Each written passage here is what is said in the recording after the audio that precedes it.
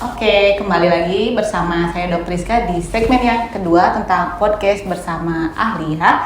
Oke, baik dokter, kita lanjut aja ya dok ya untuk boleh. pertanyaan selanjutnya. Sebenarnya ini ada pertanyaan, ketika sudah melakukan inseminasi nih dok, nah kemungkinan kan ada yang berhasil, ada yang gagal. Nah sebenarnya berapa kali sih dok kita bisa melakukan inseminasi ini? Ya, kalau untuk inseminasi sendiri biasanya kan kita lakukan H+2 setelah haid kan. Kemudian kalau seandainya kita lihat dari faktor folikelnya, ukurannya kita lihat ada ukuran minimal itu 18 mili. Kalau seandainya kurang, itu sel telur ya dok? Ya, kita lanjutkan untuk menstruasi periode berikutnya. Itu dilakukan biasanya kalau 5-6 kali gagal, baru kita pikirkan untuk lakukan bayi tabung. Tapi bayi tabung ini juga banyak faktor kan, terutama dari ibu, kemudian dari suami, kita screening semua. Baik itu kalau ibu kita bisa lihat apakah ada gangguan di kista, apakah ada miom, apakah ada polip. Tapi juga kan sekarang tidak menutup kemungkinan dari faktor suami juga. Suami, betul. Karena kebanyakan para pasangan itu mungkin agak malu ya, suaminya dicek sperma gitu betul. kan. Masih tabu ya dokter Ya, ya? masih tabu. Padahal itu faktornya sekitar 30%-an untuk suami. Jadi kalau seandainya kita memang mau benar-benar program itu dari awal, harus komit ya. Dicek dua-duanya begitu ya dok ya? Dicek dua-duanya, komit dalam Saling arti jujur gitu ya? saling jujur. Jadi yang pertama sekali itu yang harus disiapkan komitmen, kemudian mungkin dari waktu. Iya betul. Waktu kalau waktunya ada mungkin betul, ya. bisa. Karena prosesnya panjang ya dokter Karena ya? prosesnya panjang, kemudian mahal gitu betul kan. dokter. Jadi kalau seandainya sudah siap semua, baru kita lakukan proses bayi tabung. Bayi tabung.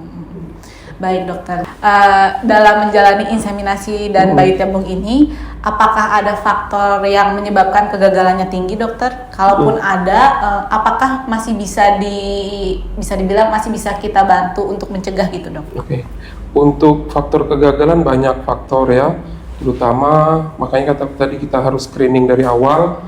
Kita lihat dari uterusnya apakah ada miom atau tidak, kemudian kita lihat apakah ada kista atau tidak. Makanya kalau seandainya waktu sebelum memutuskan untuk program itu ada baiknya kita lakukan screening, kemudian dan yang paling bagus lagi itu kita lakukan laparoskopi, di mana itu bisa kita lihat, bisa kita lakukan kromotubasi, kemudian kita lihat apakah ada perlengketan atau tidak di bagian rahim. Kemudian untuk dari suami juga kita lihat juga berapa jumlah sperma.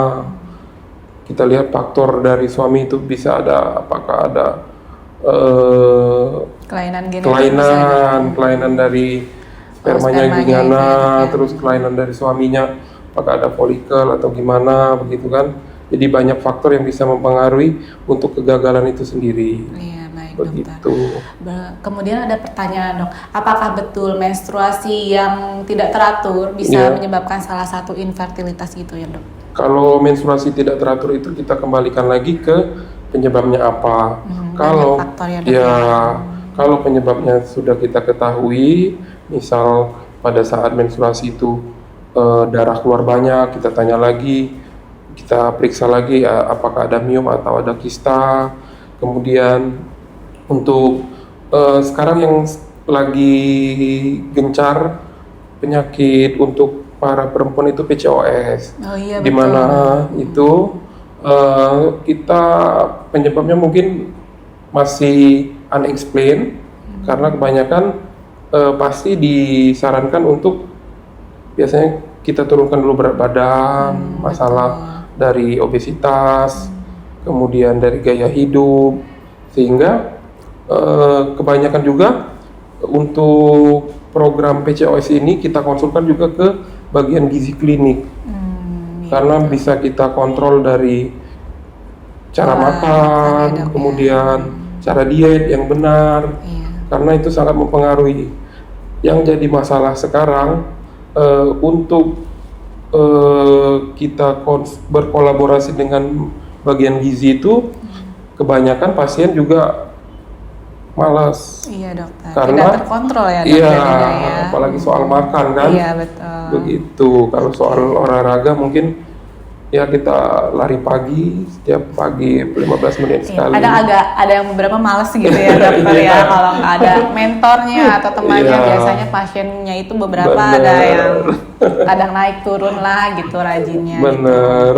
Oke, berarti bisa dibilang faktor gaya hidup Iya. juga mempengaruhi bisa dibilang kondisi kesuburan Iya. baik itu istri maupun suaminya begitu Iya, ya dokter benar. ya. Oke.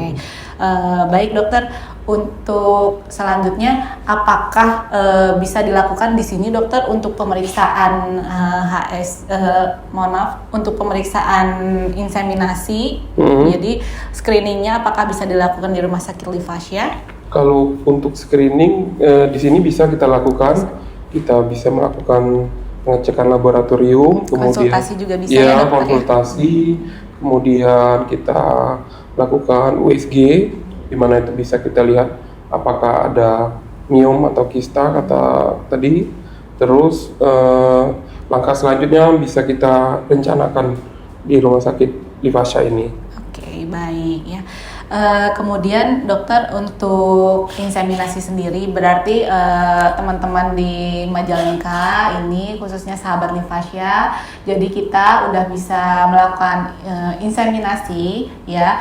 Sebelumnya bisa melakukan screening dulu, jadi bagi pasangan suami istri yang mau konsultasi, baik sebelum menikah juga bisa ya dok ya, untuk konsultasi dulu, atau setelah menikah ingin program hamil juga bisa langsung datang ke Poli Obgyn di Livasia. Kalau untuk dokter Dinda prakteknya kapan aja dokter? Setiap hari, dari jam 1 sampai jam 3 ya. Jam 1 sampai jam 3. Oke, Iya, untuk kalau IGD buka 24 jam ya dokter, Iya. tapi semoga tidak ada kegawatan ya dokter ya, gitu. Oke, dokter, baik, ini sedikit berbincang ya dokter ya. Baik.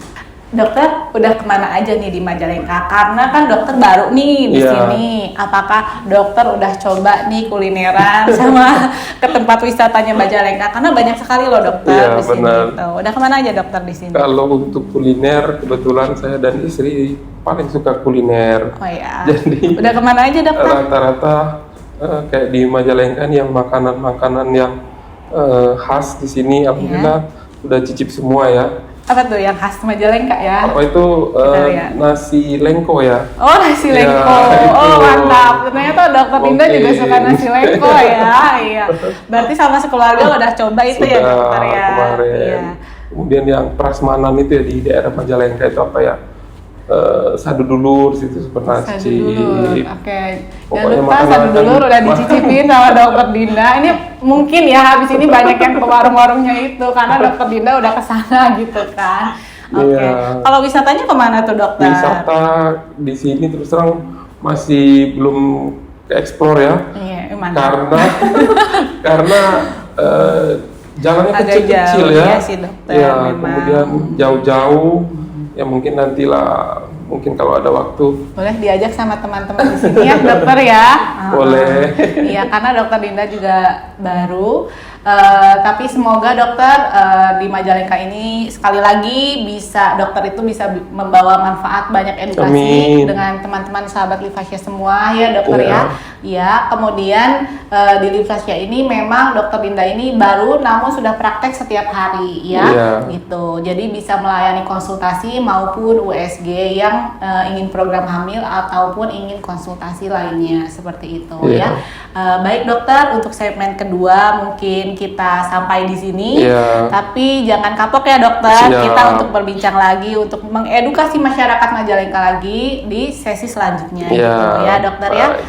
Sebelum kita tutup nih dok, ada nggak pesan untuk masyarakat ibu atau kan banyaknya ini ya pasiennya ibu ya dokter ya. Mungkin pesan untuk pasiennya dokter di luar sana seperti itu. Mungkin buat ibu-ibu yang baru menikah, yang belum mempunyai momongan, jika sudah 1 tahun menikah segera konsultasikan. Konsultasi. Mungkin bisa langsung datang ke Livasya ketemu saya sendiri. Iya, betul. Berarti jangan menunggu adanya masalah. Iya, Tapi kita benar. harus memfollow up atau kita harus jemput bola ya dokter, Iya. konsultasi.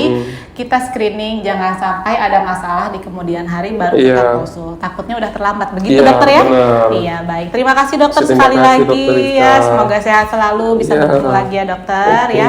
Oke, sahabat Livasya, sekian podcast yang kedua.